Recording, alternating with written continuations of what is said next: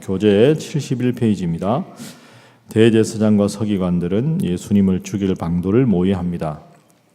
하지만 유월절로 인해 수많은 인파가 예루살렘에 있어 자칫하면 밀란으로 번질까 우려하여 명절 후에 진행하기로 결의합니다. 한편 예수님은 유월절 만찬을 제자들과 함께 하시면서 자신을 배반하고 부인할 제자가 있음을 말씀해 주십니다. 만찬 후에 예수님은 겟세마네 동산에 올라 간절히 기도하시던 중 대제사장과 서기관이 보낸 무장 병력들에 의해 체포당하십니다. 제자들은 모두 도망하고 예수님은 홀로 공회 앞으로 끌려가 대제사장 주재하에 신문을 받습니다. 베드로는 몰래 뒤따르다 주님의 예언대로 예수님을 모른다고 3번이나 부인하고 맙니다. 새벽닭이 울자 베드로는 예수님의 말씀이 생각나 송구하고 서러운 마음에 눈물을 흘립니다. 그래서 오늘 본문 14장부터는 예수님의 그 고난과 예수님의 십자가에 대한 서술이 계속되고 있습니다. 마리아가 예수님께 향유를 붓고 가룟 유다가 배반을 하고 그리고 예수님께서 유월절 만찬을 하시고 겟세마네 동산에서 기도하시고 붙잡혔다가 신문을 받으시고 마지막에는 베드로의 부인까지 쭉 이렇게 일련의 사건들이 오늘 우리에게 소개가 되고 있습니다. 오늘 본문으로 기도해야 될 첫 번째 제목은 마리아의 아름다운 헌신을 본받게 하소서 하는 겁니다. 마리아의 아름다운 헌신을 본받게 하소서. 자, 우리 3절 말씀 우리 함께 읽어보겠습니다. 시작. 예수께서 베다니 나병 환자 시몬의 집에서 식사하실 때 한 여자가 매우 값진 향유 곧 순전한 나드 한 옥합을 가지고 와서 그 옥합을 깨뜨려 예수의 머리에 부으니 아멘. 마리아가 그 옥합을 깨뜨려서 예수님의 머리에 부었습니다. 그런데 그 광경을 본 여러 사람들이 수군수군하죠. 아니 저 향유면 300데나리온은 할 텐데 그것을 팔아서 가난한 사람들을 위해서 쓰는 게 낫지 않느냐.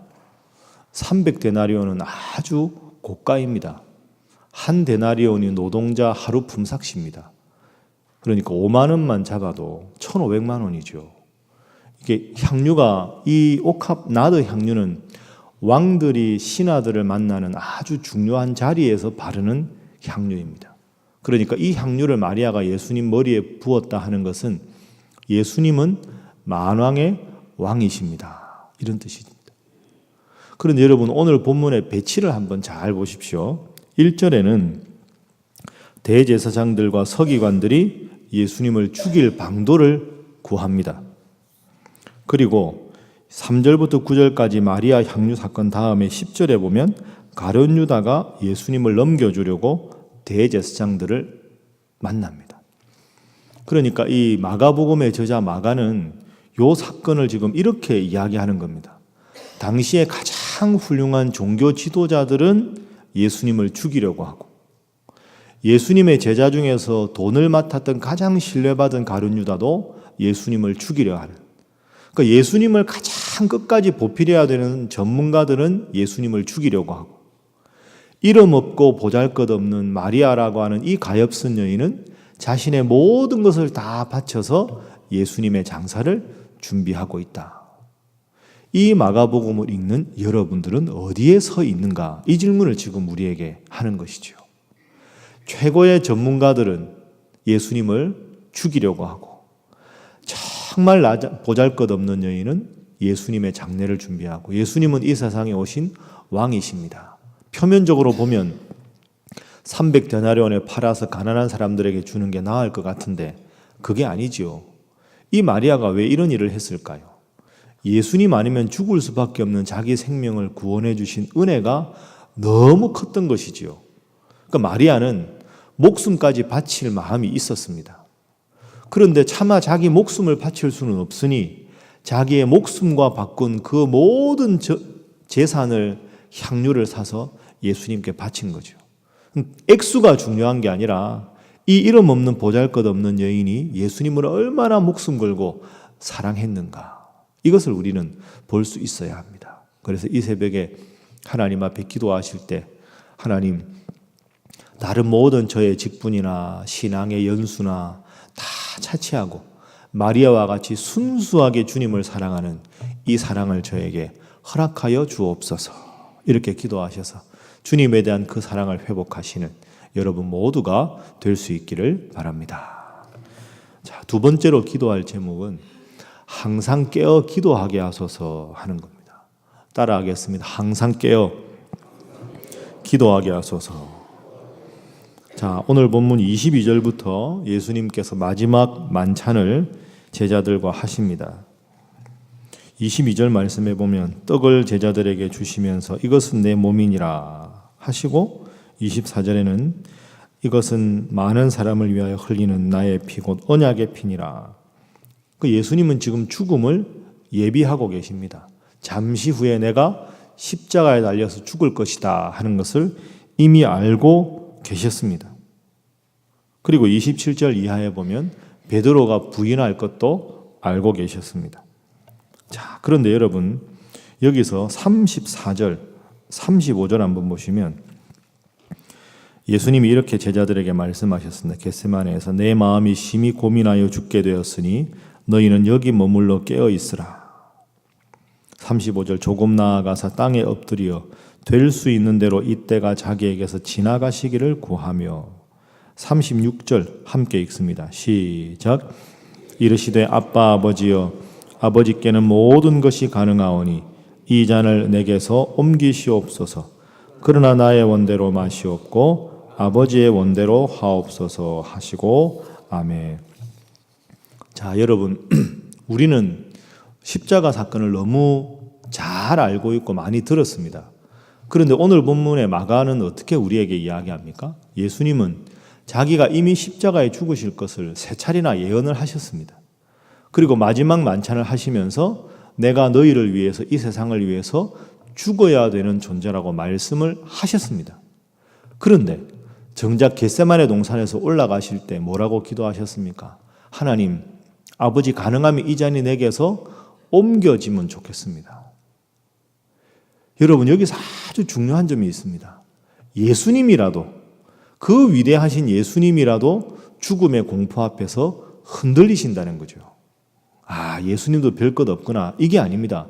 예수님의 가장 위대한 점은 그 다음 기도죠. 그러나 내 뜻대로 마시고 아버지의 뜻대로. 그런데 우리는 그 결론만 너무 생각합니다. 밤새 예수님이 땀방울이 핏방울이 되도록 기도하신 것은 하나님, 죽음의 공포가 너무 큽니다. 이 잔을 내게서 옮겨 주십시오. 그 기도를 합니다. 자, 여러분 생각해 보세요. 천하의 그 위대하신 예수님도 죽음을 예언하시고 죽음에 대해서 성만찬까지 하셨는데 흔들리십니다. 흔들려서 우리의 믿음의 대상이 약해지는 게 아니라 예수님이 얼마나 참 인간이셨는지 우리에게 보여주는 것이지요. 우리가 기도해야 될 이유가 여기 있습니다. 예수님이라도 죽음의 공포 앞에서 이미 알고 계셨으나 흔들릴 수밖에 없는 것이 인간입니다. 사람이 완벽한 사람은 없습니다. 저런 사람이 어떻게 저 실수를 하나 다 할 수 있는 거죠. 그러니까 우리가 사람을 믿어서는 안 되는 겁니다. 예수님 이미 알고 계셨으나 마지막 순간까지 고통당하시면서 이 잔을 내게서 옮겨달라. 그러니까 여러분 과거에 열심히 신앙생활한 것, 어제 열심히 기도한 건 아무 소용없습니다. 오늘 이 순간에 우리 예수님처럼 간절하게 기도해서 하나님, 제가 결심했지만 그 결심대로 살아가기가 너무 힘듭니다. 이 순간에도 흔들립니다. 주님 저와 함께 해주십시오. 늘 간절하게 깨어 기도하셔서 과거의 신앙으로 여러분이 하나님 앞에 인정받는 것이 아니라 오늘 이 순간에 하나님을 사랑하는 마음으로 깨어 기도하는 그 결단으로 주님 앞에 인정받으시는 여러분 모두가 될 수 있기를 바랍니다. 마지막 세 번째로 그럼 우리가 무엇을 기도해야 하는가? 오늘 본문 말씀에 잘 나와 있습니다. 자, 성령의 충만을 위해서 우리가 기도해야 합니다. 기도의 내용은 성령의 충만이다. 성령의 충만이라는 게 뭘까요? 나의 뜻이 아니라 하나님 아버지의 뜻대로 살아가는 것. 오늘 본문 뒷부분에 보면 51절에 한 청년이 등장합니다. 벗은 몸에 배 호디부를 두르고 예수님 따라가다가 무리에게 잡히니까 배 호디부를 버리고 벗은 몸으로 도망합니다. 부끄러운 사람이죠. 얼마나 급했으면 발가벗고 도망을 갔겠습니까? 이 사람이 누굴까요? 아마 마가라고 생각합니다. 학자들은 이 마가복음을 쓴 마가도 이런 부끄러운 모습을 보였습니다. 성경의 기자도 마찬가지입니다. 66절 이하에 보면 베드로도 반장 제자인데 예수님을 부인합니다. 자, 결론을 맺겠습니다. 우리가 무엇을 기도해야 할까요? 범사에 하나님 뜻대로 행하는 것, 그래야 우리가 실수를 줄일 수 있는데 그게 다른 말로 하면 성령의 충만이지요. 내 생각, 내 이해 타산, 나의 이기적인 욕심을 다 버리고 온전히 하나님 뜻대로 살아가는 것. 제가 설교 시간에 말씀드린 대로 컵에 공기가 가득 차 있으면 컵에 있는 공기를 어떻게 뺄까를 고민할 게 없습니다. 컵에 물을 가득 부으면 됩니다. 물이 가득 흘러서 넘치면 흘러 넘치는 물 때문에 공기는 없어지는 거죠. 어떻게 공기를 뺄까를 고민할 게 아니라 컵에 물을 부어서 가득 채우면 공기는 저절로 사라집니다. 물을 하나님 뜻이라고 생각하고 공기를 나의 이기적인 생각이라고 생각하십시오. 어떻게 하면 내가 하나님 뜻대로 살아갈 수 있을까? 그것 가지고 기도하기 전에 하나님, 제 속에 성령이 충만하게 하게 해주십시오. 그렇게 기도해서 부지불식간에 내가 말하고 판단하고 행동하는 것도 하나님 뜻대로 하는 것이 중요하지요. 성령의 충만을 위해서 매일 기도하시는 여러분 모두가 될 수 있기를 바랍니다. 그래서 우리가 기도하다 보면 이런 효과가 있습니다. 여러분도 아마 새벽에 오시면서 이런 생각들 많이 해보셨을 텐데, 내가 신앙생활 한다고 하는데 왜 이렇게 일이 잘 안 되지? 마음이 답답하고, 다른 사람들이 보기에는 내 문제가 보이는데 왜 나는 잘 안 보일까? 나도 한다고 하는데 왜 문제가 자꾸 이렇게 얽힐까? 탈출구를 모르겠다. 그 왜 그러냐? 가장 중요한 이유는 기도 안 하면 그렇습니다. 기도가 뭘까요? 나의 모든 판단을 다 중지하고 하나님 정말로 원하시는 게 무엇입니까? 하나님 제가 어떻게 생각하기를 원하십니까? 어떻게 행동하기를 원하십니까? 그걸 묻는 게 기도입니다. 일상적인 언어는 주어가 나지만 기도할 때는 내 삶의 주체가 하나님이라는 고백이지요. 하나님 감사합니다. 이 새벽에 나오게 해주셔서 감사합니다. 오늘도 기도하게 해주셔서 감사합니다. 기도가 깊어지면 깊어질수록 내 생각이 아니라 하나님 생각이 내 속에 가득한 게 기도입니다. 그리고 그것의 결정판이 성령의 충만한 것입니다. 이 새벽에도 기도하실 때 나의 뜻이 아니라 하나님 뜻대로, 나의 의지가 아니라 성령의 의지대로 움직이는 하루 되게 하옵소서. 기도하셔서 여러분이 행하시는 모든 사역과 일 가운데 오직 하나님 뜻대로 살아가시는 하루 되시기를 주님 이름으로 축복합니다. 기도하겠습니다. 이 시간 기도하실 때 하나님, 온전한 헌신하는 성도가 되게 하여 주옵소서. 범사에 기도하는 자, 성령 충만을 구하는 자 되게 하여 주옵소서. 기도하시고 홍천에 떠나는 우리 어머니 기도회 은혜 가운데 잘 다녀올 수 있도록 계속되는 우리 교회 공사를 위해서 여러분 각자와 일터와 가정과 교회를 위해서 이 나라를 위해서 다 함께 주님 앞에 기도합니다. 주여 믿습니다. 주여 믿습니다. 주여 믿습니다.